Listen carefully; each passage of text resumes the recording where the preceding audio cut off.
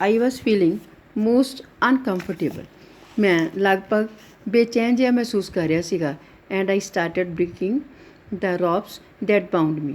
ਅਤੇ ਮੈਂ ਜਿਨ੍ਹਾਂ ਰੱਸੀਆਂ ਨਾਲ ਮੈਨੂੰ ਬੰਨ੍ਹਿਆ ਹੋਇਆ ਸੀਗਾ, ਮੈਂ ਉਹਨਾਂ ਰੱਸੀਆਂ ਨੂੰ ਤੋੜਨਾ ਸ਼ੁਰੂ ਕਰ ਦਿੱਤਾ। ਐਟ ਵੰਸ ਇੱਕਦਮ ਆਈ ਹਰਡ ਏ ਕਮਾਂਡ। ਮੈਂ ਇੱਕ ਕਮਾਂਡ ਸੁਣੀ। ਕਮਾਂਡ ਮੀਨਸ ਹੁਕਮ। ਇੱਕ ਹੁਕਮ ਸੁਣਿਆ। And felt 100 arrows pierce my left hand. ਅਤੇ 100 ਦੇ ਕਰੀਬ ਐਰੋਸ ਜਿਹੜੇ ਆ, ਤੀਰ ਹੈ, ਆਪਣੇ ਖੱਬੇ ਹੱਥ ਦੇ ਵਿੱਚ ਖੁੱਬੇ ਹੋਏ ਮਹਿਸੂਸ ਕੀਤੇ। ਪਾਇਰਸ ਮੀਨਸ ਖੁੱਬੇ ਜਾਣਾ, ਖੁੱਬ ਜਾਣਾ ਵਿੱਚ ਜਿਹੜੇ ਤਸ ਜਾਣਾ। ਦੇ ਫੈਲਟ ਲਾਈਕ ਪਿਨ ਪ੍ਰਿਕਸ। ਇਹ ਪਿਨ ਪ੍ਰਿਕਸ ਮੀਨਸ ਕੰਢਿਆਂ ਵਰਗੇ ਸੀਗੇ, ਪਿੰਨਾਂ ਵਰਗੇ, ਸੂਈਆਂ ਵਾਂਗ ਮਹਿਸੂਸ ਹੁੰਦੇ ਸੀਗੇ ਮੈਨੂੰ। I was attacked by these arrows all over my body. ਅਤੇ ਮੇਰੇ 'ਤੇ ਇਹਨਾਂ ਤੀਰਾਂ ਦੇ ਨਾਲ ਮੇਰੇ ਸਾਰੇ ਸਰੀਰ 'ਤੇ ਹਮਲਾ ਕੀਤਾ ਗਿਆ। ਆਈ ਵਾਜ਼ ਨੋਟ ਹਰਟ, ਪਰ ਮੈਨੂੰ ਕੋਈ ਚੋਟ ਨਹੀਂ ਆਈ। ਐਸ ਹੈ ਅਤੇ ਫਿਰ ਮੀਨਿੰਗ ਕੀ ਹੈ, ਕਿਉਂ? ਕਿਉਂਕਿ I was able to shield my face with my hand. ਕਿਉਂਕਿ ਮੈਂ ਆਪਣੇ ਹੱਥਾਂ ਦੇ ਨਾਲ ਆਪਣੇ ਚਿਹਰੇ ਨੂੰ ਸ਼ੀਲਡ ਕਰ ਲਿਆ ਸੀਗਾ। ਸ਼ੀਲਡ ਕਰਨ ਦੇ ਯੋਗ ਸੀ। ਸ਼ੀਲਡ ਮੀਨਸ ਢਾਲ।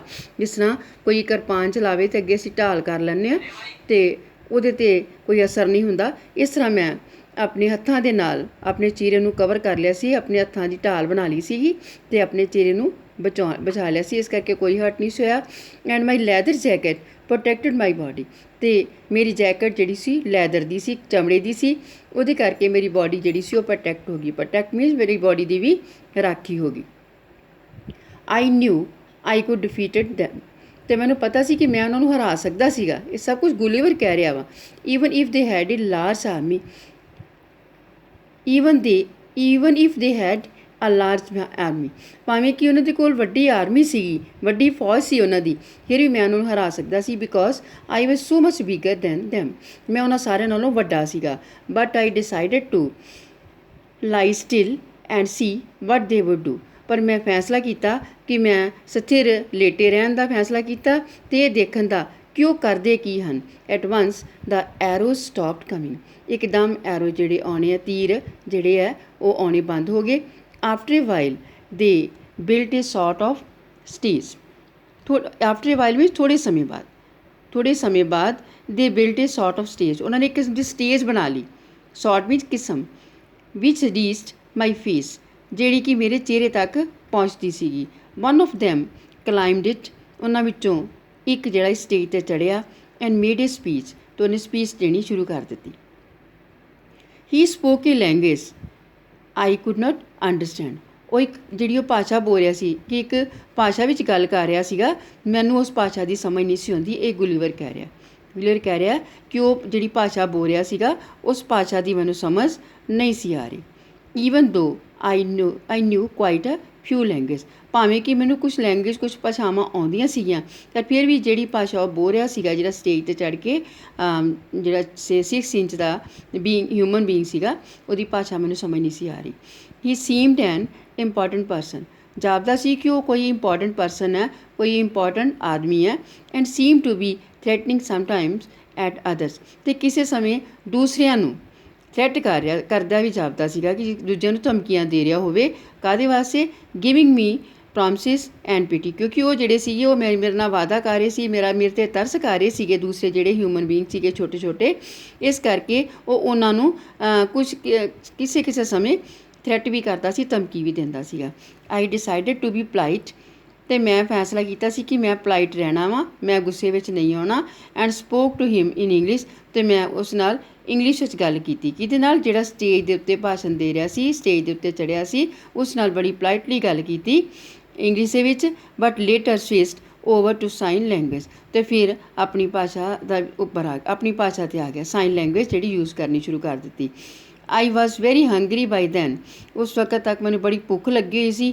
And put my finger to my mouth to show I wanted food. ਅਤੇ ਮੈਂ ਆਪਣੀਆਂ ਫਿੰਗਰਸ ਜਿਹੜੀਆਂ ਆਪਣੇ ਮੂੰਹ ਦੇ ਵਿੱਚ ਪਾਈਆਂ, ਇਹ ਸ਼ੋਅ ਕਰਨ ਵਾਸਤੇ ਕਿ ਮੈਨੂੰ ਖਾਣਾ ਚਾਹੀਦਾ ਸੀਗਾ। The Hurgo or great lord as I later discovered he was. ਅਤੇ ਬਾਅਦ ਵਿੱਚ ਮੈਨੂੰ ਪਤਾ ਲੱਗਾ ਕਿ ਉਹ ਹਰਗੋ ਨਾਂ ਦਾ ਇੱਕ ਗ੍ਰੇਟ ਲਾਰਡ ਹੈ। ਅੰਡਰਸਟੂਡ ਮੀ। ਅਤੇ ਉਹ ਮੇਰੀ ਸਾਰੀ ਗੱਲ ਸਮਝ ਗਿਆ। ਕੀ ਸਮਝਿਆ? ਉਹਨੂੰ ਪਤਾ ਲੱਗ ਗਿਆ ਕਿ ਇਹਨੂੰ ਭੁੱਖ ਲੱਗੀ ਹੋਈ ਹੈ, ਇਹਨੂੰ ਗੁਲੀਵਰ ਨੂੰ ਭੁੱਖ ਲੱਗੀ ਹੋਈ ਹੈ। ਐਂਡ ਸ਼ਾਊਟਡ ਕਮਾਂਡ, ਅਤੇ ਉਹਨੇ ਉੱਚੀ ਕਮਾਂਡ ਸਖਤ ਕਮਾਂਡ ਦਿੱਤੀ ਜਾਂ ਉੱਚੀ ਕਮਾਂਡ ਦਿੱਤੀ, ਹੁਕਮ ਦਿੱਤਾ ਇਮੀਡੀਏਟਲੀ। ਅਤੇ ਉਸੇ ਵੇਲੇ ਕੀ ਹੋਇਆ? Many people climbed up ladders on to my chest with basket of food. ਉਸੇ ਵੇਲੇ ਕਈ ਲੋਕ ਜਿਹੜੇ ਪੌੜੀਆਂ 'ਤੇ ਚੜ੍ਹੇ, ਮੇਰੀ ਚੈਸਟ ਤੱਕ ਆ ਗਏ, ਅਤੇ ਉਹਨਾਂ ਦੇ ਕੋਲ ਕੀ ਸੀਗਾ? ਭੋਜਨ ਦੀਆਂ ਟੋਕਰੀਆਂ ਸੀਗੀਆਂ, ਕੁਝ ਟੋਕਰੀਆਂ ਸੀ ਜਿਨ੍ਹਾਂ 'ਚ ਭੋਜਨ ਪਾਇਆ ਸੀਗਾ।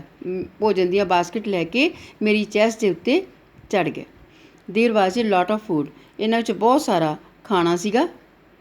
But to me it seemed only a mouthful, ਪਰ ਇਹ ਜਿਹੜਾ ਖਾਣਾ ਸੀ ਮੇਰੇ ਵਾਸਤੇ ਇਸ ਤਰ੍ਹਾਂ ਜਾਪਦਾ ਸੀ ਕਿ ਸਿਰਫ ਇਹਦੇ ਨਾਲ ਮੇਰਾ ਮੂੰਹ ਹੀ ਭਰੇਗਾ, ਸਿਰਫ ਮਾਊਥ ਹੀ ਫੁੱਲ ਹੋਣਾ, ਪੇਟ ਨਹੀਂ ਭਰਨਾ। There was bread as small as a bullet, ਇਹਨਾਂ ਟੋਕਰੀਆਂ ਵਿੱਚ ਜਿਹੜਾ ਬ੍ਰੈਡ ਸੀ ਨਾ ਉਹ ਇੰਨਾ ਛੋਟਾ ਸੀ ਕਿ ਜਿਸ ਤਰ੍ਹਾਂ ਇੱਕ ਬੰਦੂਕ ਦੀ ਗੋਲੀ ਹੁੰਦੀ ਹੈ ਓਨਾ ਕੁ ਸੀਗਾ। ਐਂਡ ਲੈਗਸ ਆਫ ਮਟਨ, ਜਿਸ ਤਰ੍ਹਾਂ ਮੀਟ ਦੀ ਲੈਗ ਹੁੰਦੀ ਹੈ। As small as sparrow swing, ਔਰ ਇੰਨਾ ਛੋਟਾ ਕਹਿ ਸਕਦੇ ਹਾਂ ਕਿ ਜਿੰਨਾ ਸਪੈਰੋ ਦਾ ਵਿੰਗ, ਜੇ ਚਿੜੀ ਦਾ ਪਰ ਹੁੰਦਾ, ਇੰਨਾ ਛੋਟਾ ਉਹ ਬ੍ਰੈਡ ਦਾ ਪੀਸ ਸੀਗਾ ਜਿਹੜਾ ਟੋਕਰੀ ਦੇ ਵਿੱਚ ਪਿਆ ਹੋਇਆ ਸੀਗਾ। The little man were surprise to see me eat so much, ਅਤੇ ਮੈਂ ਕਾਫੀ ਸਾਰਾ ਖਾਈ ਜਾ ਰਿਹਾ ਸੀਗਾ ਕਿਉਂਕਿ ਭੁੱਖ ਉਹਨੂੰ ਲੱਗੀ ਸੀ। ਟੋਕਰੀਆਂ ਵਿੱਚ ਤਾਂ ਬਹੁਤ ਥੋੜ੍ਹਾ ਥੋੜ੍ਹਾ ਖਾਣਾ ਸੀਗਾ, ਇਸ ਕਰਕੇ ਮੈਂ ਸੋ ਮਚ ਵੀ ਬਹੁਤ ਜ਼ਿਆਦਾ ਖਾ ਰਿਹਾ ਸੀ। ਇਹ ਦੇਖ ਕੇ ਜਿਹੜੇ ਛੋਟੇ ਆਦਮੀ ਸੀਗੇ ਉਹ ਬੜੇ ਹੈਰਾਨ ਹੋਏ। ਐਂਡ ਦੇ ਆਲ ਚੀਅਰਡ ਵੈਨ ਆਈ ਫਿਨਿਸ਼ਡ ਈਟਿੰਗ, ਜਦੋਂ ਮੈਂ ਆਪਣੀ ਈਟਿੰਗ ਫਿਨਿਸ਼ ਕਰ ਲਈ, ਫਿਨਿਸ਼ ਮੈਨੇ ਖ਼ਤਮ ਕਰਨਾ, ਈਟਿੰਗ ਮੈਨੇ ਖਾਣਾ, ਜਦੋਂ ਮੈਂ ਆਪਣਾ ਖਾਣਾ ਬੰਦ ਕੀਤਾ, ਖ਼ਤਮ ਕਰ ਲਿਆ ਆਪਣਾ ਖਾਣਾ, ਅਤੇ ਉਹ ਬੜੇ ਖੁਸ਼ ਹੋਏ। I was very tempted to pick up about 30 or 40 of them, ਅਤੇ ਟੈਂਪਟਡ ਹੁੰਦਾ ਕੋਈ ਵੀ ਕੰਮ ਕਰਨਾ, ਚਾਹੇ ਉਹ ਚੰਗਾ ਹੋਵੇ ਚਾਹੇ ਉਹ ਮਾੜਾ ਹੋਵੇ। I was very tempted to pick up, ਅਤੇ ਮੈਂ ਚਾਹੁੰਦਾ ਸੀਗਾ ਕਿ ਮੈਂ ਇਹਨਾਂ ਨੂੰ ਜਿਹੜੇ 30 ਜਾਂ 40 ਹੈ ਜਿਹੜੇ ਇਹਨਾਂ ਵਿੱਚੋਂ, ਉਹਨਾਂ ਨੂੰ ਪਿਕਅਪ ਕਰਾਂ and dash them to the ground, ਅਤੇ ਉਹਨਾਂ ਨੂੰ ਗਰਾਊਂਡ ਉੱਤੇ ਸੁੱਟ ਦਿਆਂ। ਇਹ ਮੇਰਾ ਮਨ ਕਰਦਾ ਸੀਗਾ। ਚੰਗਾ ਵੀ ਹੋ ਸਕਦਾ ਕੰਮ, ਮਾੜਾ ਵੀ ਹੋ ਸਕਦਾ, ਪਰ ਕਹਿੰਦਾ ਮੇਰੇ ਮਨ 'ਚ ਜੋ ਆਈ ਗੱਲ ਉਹ ਇਹ ਸੀਗੀ ਕਿ ਮੈਂ ਇਹਨਾਂ ਵਿੱਚੋਂ 30-40 ਜਿਹੜੇ ਆਦਮੀ ਆ ਇਹਨਾਂ ਨੂੰ ਚੁੱਕ ਲਵਾਂ ਅਤੇ ਜ਼ਮੀਨ ਦੇ ਉੱਤੇ ਸੁੱਟ ਦੇਵਾਂ। ਬਟ ਆਈ ਰਿਮੈਂਬਰ, ਪਰ ਮੈਨੂੰ ਯਾਦ ਆਇਆ that I had decided to be polite, ਮੈਂ ਤਾਂ ਪੋਲਾਈਟ ਬਣਨ ਦਾ ਫੈਸਲਾ ਕੀਤਾ ਹੈ ਕਿ ਮੈਂ ਨਿਮਰ ਬਣ ਕੇ ਟਾਈਮ ਕੱਢਣਾ ਵਾ, ਮੈਂ ਗੁੱਸੇ ਨਹੀਂ ਹੋਣਾ। ਐਂਡ ਡਿਡ ਨਾਟ, ਅਤੇ ਇਸ ਕਰਕੇ ਮੈਂ ਇਸ ਤਰ੍ਹਾਂ ਨਾ ਕੀਤਾ। ਬਿਸਾਈਡ ਮੀਨ ਇਸ ਤੋਂ ਇਲਾਵਾ I no felt that as I was in their country, ਅਤੇ ਮੈਨੂੰ ਇਹ ਵੀ ਮਹਿਸੂਸ ਹੋ ਰਿਹਾ ਸੀ ਕਿ ਮੈਂ ਇਹਨਾਂ ਦੇ ਦੇਸ਼ ਵਿੱਚ ਸੀਗਾ। ਇਹਨਾਂ ਦੇ ਦੇਸ਼ ਵਿੱਚ ਇਹ ਜਿਹੜੇ ਛੋਟੇ ਛੋਟੇ ਹਿਊਮਨ ਬੀਇੰਗ ਸੀਗੇ, ਇਹਨਾਂ ਦੇ ਦੇਸ਼ ਵਿੱਚ ਪ੍ਰੈਜੈਂਟ ਸੀ ਉਸ ਵੇਲੇ। ਉਹ ਇਹ ਵੀ ਕਹਿੰਦਾ ਮੈਂ ਮਹਿਸੂਸ ਹੋ ਰਿਹਾ ਸੀ ਕਿਉਂਕਿ ਮੈਂ ਉਹਨਾਂ ਦੇ ਦੇਸ਼ ਵਿੱਚ ਸੀਗਾ। ਆਈ ਮਸਟ ਓਬੇ ਦੈਮ, ਅਤੇ ਮੈਨੂੰ ਉਹਨਾਂ ਨੂੰ ਓਬੇ ਕਰਨਾ ਪੈਣਾ ਸੀ। ਓਬੇ ਮੈਨੇ ਉਹਨਾਂ ਦੀ ਆਗਿਆ ਦਾ ਪਾਲਨ ਕਰਨਾ, ਆਗਿਆ ਦਾ ਪਾਲਨ ਕਰਨਾ। ਆਈ ਮਸਟ ਓਬੇ ਦੈਮ, ਅਤੇ ਮੈਨੂੰ ਉਹਨਾਂ ਦੀ ਆਗਿਆ ਦਾ ਪਾਲਨ ਕਰਨਾ ਪੈਣਾ ਸੀ। ਐਂਡ ਫੋਲੋ ਦੇਅਰ ਰੂਲਸ, ਅਤੇ ਉਹਨਾਂ ਦੇ ਜਿਹੜੇ ਰੂਲ ਹੈ ਉਹ ਫੋਲੋ ਕਰਨੇ ਪੈਣੇ ਸੀ, ਅਪਣਾਉਣੇ ਪੈਣੇ ਸੀਗੇ। ਆਫਟਰ ਮਾਈ ਮੀਲ ਹੁੰਦਾ ਭੋਜਨ, ਖਾਣੇ ਤੋਂ ਬਾਅਦ I was visited by someone from the royal palace, ਅਤੇ ਕਿਸੇ ਨੇ ਕੋਈ ਮੈਨੂੰ ਰਾਇਲ ਪੈਲੇਸ ਤੋਂ ਜਿਹੜਾ ਬੁਲਾਉਣ ਵਾਸਤੇ ਆਇਆ।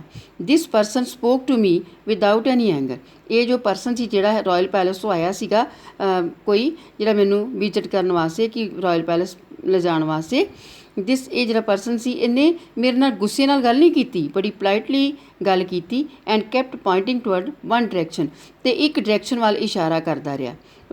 ਵਿਚ ਆਈ ਲੇਟਰ ਡਿਸਕਵਰਡ ਵਾਜ਼ ਦਾ ਐਂਪਰਸ ਪੈਲੇਸ, ਜਿਹੜਾ ਕਿ ਮੈਨੂੰ ਬਾਅਦ ਵਿੱਚ ਪਤਾ ਲੱਗਾ ਕਿ ਇਹ ਰਾਜੇ ਦਾ ਮਹੱਲ ਹੈ ਜਿਸ ਵੱਲੇ ਇਹ ਇਸ਼ਾਰਾ ਕਰ ਰਿਹਾ ਸੀਗਾ। I made him understand that I would not hurt them, ਅਤੇ ਮੈਂ ਉਸਨੂੰ ਸਮਝਾਇਆ। Made him understand, this is causative sentence, ਇਹਦੇ ਵਿੱਚ ਕਿਸੇ ਤੋਂ ਕੰਮ ਕਰਵਾਇਆ ਜਾਂਦਾ, ਖੁਦ ਨਹੀਂ ਕੀਤਾ ਜਾਂਦਾ। ਇਸ ਕਰਕੇ ਗੁਲੀਵਰ ਕਹਿ ਰਿਹਾ ਕਿ ਮੈਂ ਉਸਨੂੰ ਸਮਝਾਇਆ, ਖੁਦ ਨਹੀਂ ਸਮਝਿਆ। ਮੈਂ ਉਸਨੂੰ ਸਮਝਾਇਆ ਕਿਹਨੂੰ? ਉਸ ਆਦਮੀ ਨੂੰ ਜਿਹੜਾ ਕਿ ਰਾਇਲ ਪੈਲੇਸ ਤੋਂ ਉਹਨੂੰ ਬੁਲਾਉਣ ਵਾਸਤੇ ਆਇਆ ਸੀਗਾ। ਕਹਿੰਦਾ ਮੈਂ ਉਸਨੂੰ ਸਮਝਾਇਆ ਕਿ that I would not hurt them, ਕਿ ਮੈਂ ਉਹਨਾਂ ਨੂੰ ਕੋਈ ਨੁਕਸਾਨ ਨਹੀਂ ਪਹੁੰਚਾਵਾਂਗਾ। ਹਰਟ ਮੀਨ ਨੁਕਸਾਨ ਪਹੁੰਚਾਉਣਾ। ਕਿਹਨਾਂ ਨੂੰ? ਜਿਹੜੇ ਛੋਟੇ ਛੋਟੇ ਹਿਊਮਨ ਬੀਇੰਗ ਨੇ, ਜਿਨ੍ਹਾਂ 6 ਇੰਚ ਵਾਲੇ, ਉਹਨਾਂ ਨੂੰ ਕੋਈ ਨੁਕਸਾਨ ਨਹੀਂ ਪਹੁੰਚਾਵਾਂਗਾ। ਐਂਡ ਆਸਕਡ ਹਿਮ, ਅਤੇ ਮੈਂ ਉਸ ਆਦਮੀ ਨੂੰ ਕਿਹਾ ਟੂ ਫਰੀ ਮੀ, ਕਿ ਉਹ ਮੈਨੂੰ ਆਜ਼ਾਦ ਕਰ ਦੇਵੇ। But this he would not do, ਪਰ ਉਸਨੇ ਇਸ ਤਰ੍ਹਾਂ ਨਹੀਂ ਕੀਤਾ। ਐਂਡ ਸ਼ੁਕ ਹਿਜ਼ ਹੈਡ, ਅਤੇ ਉਸਨੇ ਆਪਣਾ ਸਿਰ ਹਿਲਾ ਦਿੱਤਾ। ਐਂਡ ਸੈਡ, ਅਤੇ ਕਿਹਾ I would be prison till the emperor saw me, ਕਿ ਮੈਂ ਉਨੀ ਦੇਰ ਤੱਕ ਜੇਲ੍ਹ ਵਿੱਚ ਹੀ ਰਵਾਂਗਾ ਜਿੰਨੀ ਦੇਰ ਤੱਕ ਮੈਨੂੰ ਐਂਪਰਰ ਜਿਹੜਾ ਉਹ ਦੇਖ ਨਹੀਂ ਲੈਂਦਾ। ਆਈ ਇੱਥੇ ਗੁਲੀਵਰ ਵਾਸਤੇ ਕਿ ਗੁਲੀਵਰ ਨੇ ਕਿਹਾ ਕਿ ਉਸ ਆਦਮੀ ਨੇ ਮੈਨੂੰ ਕਿਹਾ ਏ ਕਿ ਮੈਨੂੰ ਉਨੀ ਦੇਰ ਜੇਲ੍ਹ ਵਿੱਚ ਹੀ ਰਹਿਣਾ ਪਵੇਗਾ ਜਾਂ ਮੈਂ ਜੇਲ੍ਹ ਵਿੱਚ ਹੀ ਰਹਾਂਗਾ। ਪ੍ਰਿਜ਼ਨਰ ਮੈਨੇ ਜੇਲ੍ਹ, ਪ੍ਰਿਜ਼ਨਰ ਮੀਨਸ ਕੈਦੀ, ਕਿ ਮੈਨੂੰ ਕੈਦੀ ਬਣ ਕੇ ਰਹਿਣਾ ਪਏਗਾ, ਜੇਲਰ ਸੌਰੀ ਬਣ ਕੇ ਰਹਿਣਾ ਪਵੇਗਾ, ਕੈਦੀ ਬਣ ਕੇ ਰਹਿਣਾ ਪਵੇਗਾ, ਜਦ ਤੱਕ ਮੈਨੂੰ ਐਂਪਰਰ ਨਹੀਂ ਦੇਖ ਲੈਂਦਾ ਜਾਂ ਐਂਪਰਰ ਨੂੰ ਮੈਂ ਦਿਖਾਈ ਨਹੀਂ ਦੇ ਦਿੰਦਾ।